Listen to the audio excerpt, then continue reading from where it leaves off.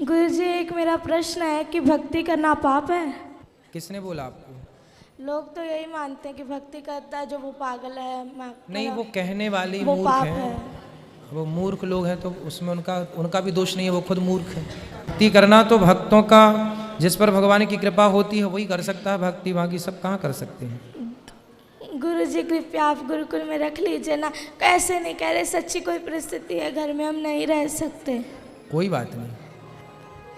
आपके पिताजी शराब पीते हैं, आप मांस खाते हैं। सुबह आपने कहा था ना कि छोड़ देना घर, होटल में जाके इन्होंने कहा कि नहीं छोड़ेंगे। उनकी क्या औकात, तू हमें ऑर्डर देने वाला कौन है? क्यों? आओ यहाँ आओ, बात करो। ये गुरुजी कृपया रख लीजिए ना, दास को हाथ रख। जरूर जरूर रख लेंगे आपको हम, पर आपके पिताजी से बात करेंगे। कोटि कोटि नमन गुरुजी। क्यों बच्चों के क्यों संस्कार बिगाड़ रहे हो?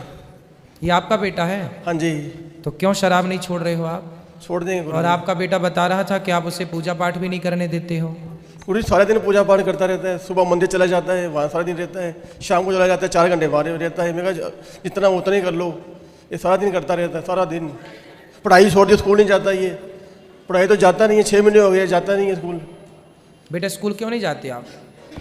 गुरुजी क्योंकि ना वहाँ पे पढ़ाते हैं कि तुम मांस खाया करो।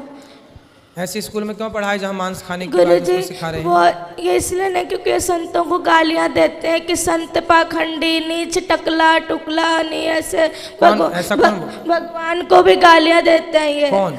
ये दोनों। कौन है ये दोनों? माता पिता। आपके माता पिता संतों को गालियाँ देते हैं? हाँ, भगवान को भी देते हैं। भगवान को भी क्यों गाली देते हो?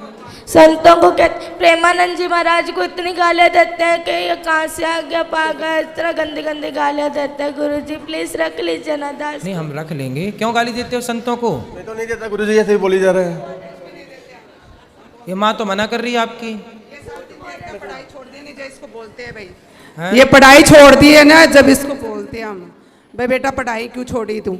हाँ, तो पढ़ाई आपने क्यों छोड़ी, अब ये बताओ। मैंने इसको ऐसे बोला था बेटा तू 10वीं कर ले, जब मर्जी तू जय वृंदावन में जाके तुम्हारा एडमिशन करवा लेना। ठीक है। बस ये बात कही थी इसको। ये ना 6वीं क्लास पूरी भी नहीं की है अभी भी, और इसने छोड़ दी पढ़ाई। बात कराओ। पूछो इसको। भक्ति करना बहुत अच्छी बात है, लेकिन अपना कर्म भी तो जरूरी है ना बेटा।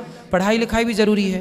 पहले पढ़ाई लिखाई कर लो और पढ़ते लिखते फिर भगवान का चिंतन भी बना रहे। गुरुजी आपने कल कथा में कहा था कि एक बार सबको दो 3 बार सबको मौका दो। हमने बहुत बार इनको मौका दिया, फिर आपने कहा था उसका परित्याग कर दो, इसीलिए दास ने ये निश्चय लिया था।